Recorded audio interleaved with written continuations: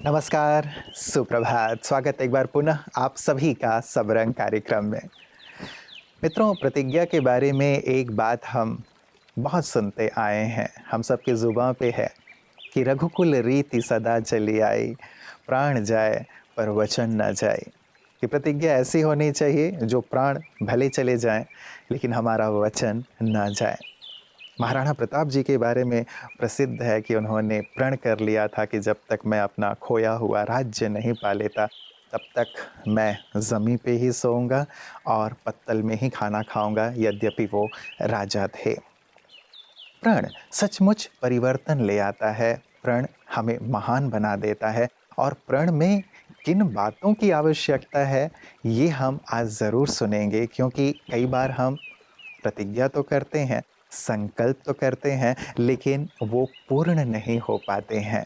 तो किन बातों का हम ध्यान रखें, इसी पर हमारा ध्यान खिंचवा रहा है आज का सुवाक्य।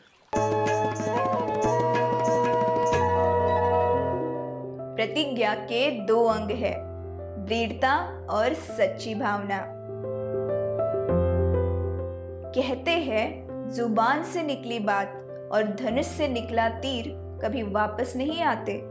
जब इंसान अपनी गहन भावनाओं को अटूट और मजबूत बनाना चाहता है, उनको जिंदगी भर कायम रखना चाहता है, तो वो कुछ कस्मे वादों में अपने को बांधता है।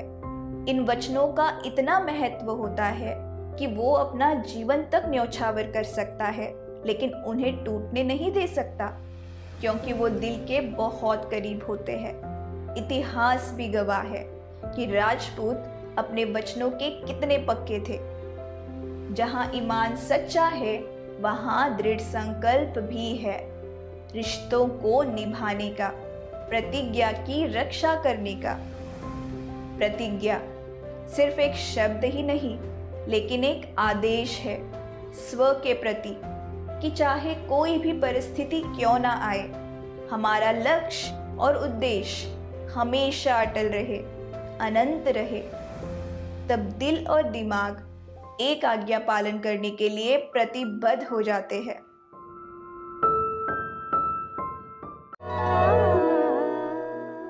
मित्रों, कहते हैं कि खुश रहें तो स्वस्थ रहेंगे और स्वस्थ रहें तो खुश रहेंगे। सचमुच दोनों का आपस में चोली दामन का साथ है। यदि मन खुश रहता है तो तन भी खुश रहता है, अर्थात स्वस्थ रहता है, और तन स्वस्थ रहता है तो निश्चित रूप से मन भी प्रफुल्लित होता है, आनंदित रहता है। और तन और मन दोनों ही स्वस्थ रहें, इसीलिए हम प्रतिदिन आपके लिए, आपकी सेहत आपके हाथ में, कुछ महत्वपूर्ण जानकारियां लेकर के आते हैं, ताकि आप हमेशा ही सुंदर स्वास्थ्य का आनंद ले सकें। आज हम एक ऐसी बीमारी के बारे में जानकारी लेकर आए हैं जो सामान्यतः बच्चों में पाया जाता है।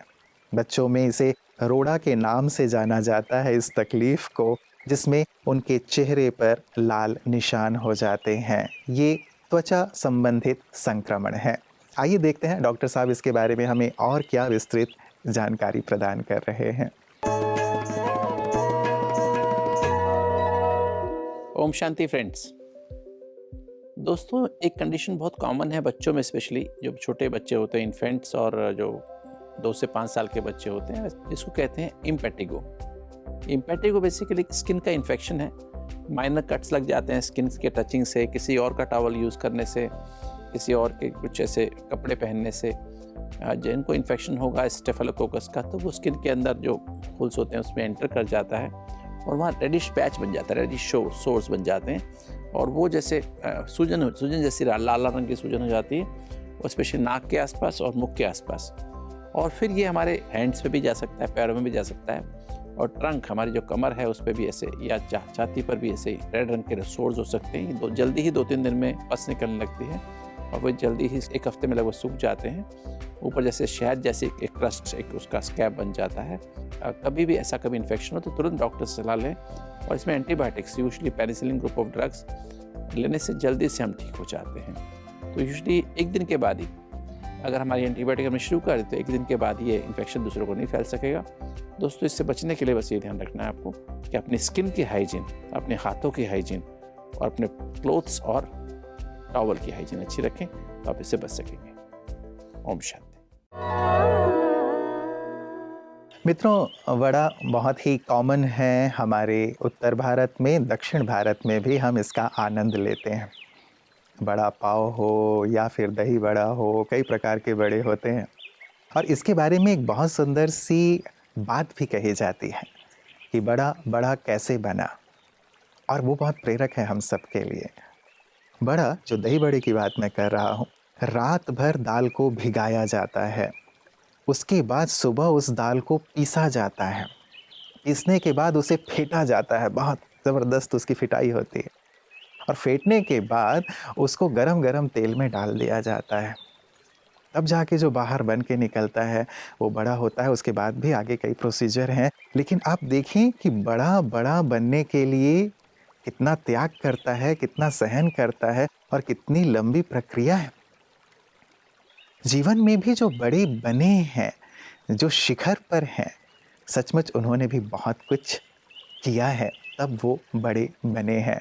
और ऐसे ही बड़ों को हम विशिष्ट जन की बातें विशेष में आमंत्रित करते हैं, ताकि उनके उस शिखर की बातों को, उनके जीवन की बातों को, उनके अनुभव की बातों को हम भी अपने जीवन में अख्तियार करके बड़े बन सकें। आइए देखते हैं कि आज हमारे साथ कौन से विशेष मेहमान हैं।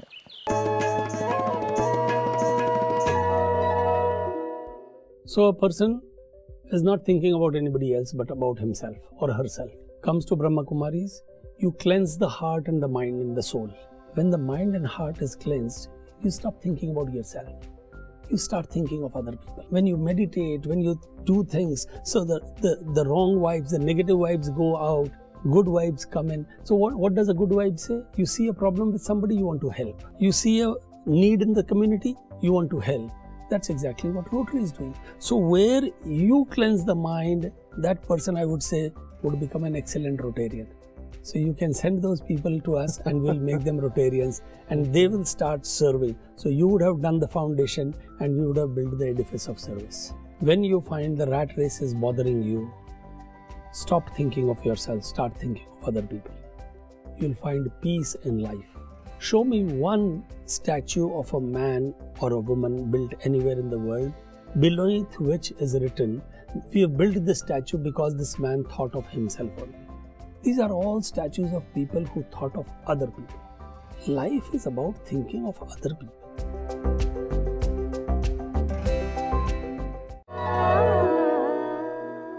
मित्रों, कहते हैं खुशियाँ नहीं मिलती मांगने पर, मंजिल नहीं मिलती रुक जाने पर, भरोसा रखना खुद पर और खुदा पर, क्योंकि वो सब कुछ देता है वक्त आने पर। कई बार जब हमारी मनोकामनाएं पूरी नहीं होती, बहुत परिश्रम करने के बाद भी हम सफल नहीं होते, तो हमारा भरोसा, हमारा विश्वास डगमगाने लगता है। लेकिन विश्वास ही वो एक बहुत ही ठोस चीज़ है जिसके आधार पर हम जीत प्राप्त कर सकते हैं, जिसके आधार पर हम मंजिल की ओर बढ़ सकते हैं, जिसके आधार पर ही हमें सब कुछ प्राप्त हो सकता है। इसीलिए अपनी आस्था, अपने विश्वास को बनाए रखना बेहद ज़रूरी है मित्रों जीवन में। और ये विश्वास कैसे हमारा कायम रहे, यही ब्रह्मा कुमारियाँ सभी को सिखाती हैं कि कैसे धीरज और विश्वास के आधार पर आप जीवन में आगे बढ़ें।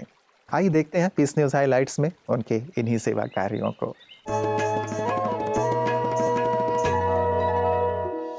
यूएसए टेक्सास के ह्यूस्टन ब्रह्मा कुमारिस केंद्र में इंटरनेशनल योगा डे और आजादी का 75वां अमृत महोत्सव मनाया गया। इस कार्यक्रम में भारत के महावाणिज्य दूतावास से कौंसल आदेश सुधीर ने इस कार्यक्रम का उद्घाटन किया। टेक्सास क्षेत्र की सेवा केंद्र प्रभारी बीके डॉक्टर हंसा दीदी ने राजयोग और शारीरिक योग का अंतर बताया। कार्यक्रम में 120 योग साधकों ने भाग लिया। प्रतिभागियों ने निर्देशित ध्यान के माध्यम से शांति का अनुभव किया। कार्यक्रम के बाद कौंसल सुधीर ने ब्रह्मा कुमारियों से आत्मा परमात्मा के ज्ञान और प्राचीन भारत से संबंधित विश्व इतिहास और भूगोल के बारे में सीखा। कौंसल सुधीर ने अपने अनुभव में कहा, मुझे कभी नहीं पता था कि मैं इस तरह से ध्यान कर सकती हूँ। वहीं परलैंड टेक्सास में ब्रह्मा कुमारियों ने योग ध्यान का संचालन किया। इस कार्यक्रम में भारत के महावाणिज्य दूतावास के 3 महावाणिज्य दूतों सहित 50 योग चिकित्सकों ने भाग लिया। वहीं टेक्सास इंडिया हाउस में महावाणिज्य दूत और कर्मचारियों सहित 100 योग चिकित्सकों ने भाग लिया और टेक्सास डिस्कवरी सिटी पार्क में महावाणिज्य दूत और कर्मचारियों सहित 1000 योग चिकित्सकों ने भाग लिया।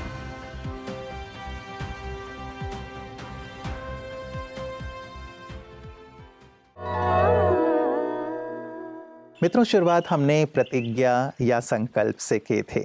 हम संकल्प लेते हैं और उसे यदि पूरा नहीं कर पाते तो नुकसान ये होता है कि हमारा आत्मविश्वास कम होता है और दूसरों का भी विश्वास हमारे ऊपर कम होने लगता है कि ये तो बस जी गरजते हैं, बरसते नहीं हैं, या फिर इनकी कथनी और करनी में अंतर है। मैं एक बहुत ही प्रसिद्ध साइकोलॉजिस्ट का इंटरव्यू ले रहा था, तो उन्होंने एक बहुत प्यारी सी बात कही मित्रों, जाते जाते वो सुंदर बात आप तक छोड़े जा रहा हूँ। उन्होंने कहा, किसी भी आदत को बनाने के लिए यदि आप दृढ़तापूर्वक कोई भी कार्य 21 दिन तक कर लेते हैं, वो आपकी आदत में शामिल हो जाता है।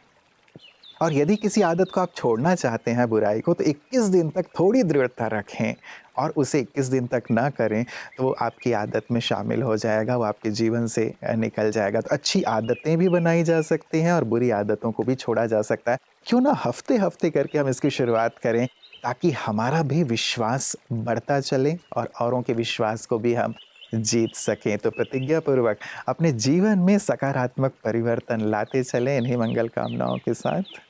नमस्कार। ओम शांति।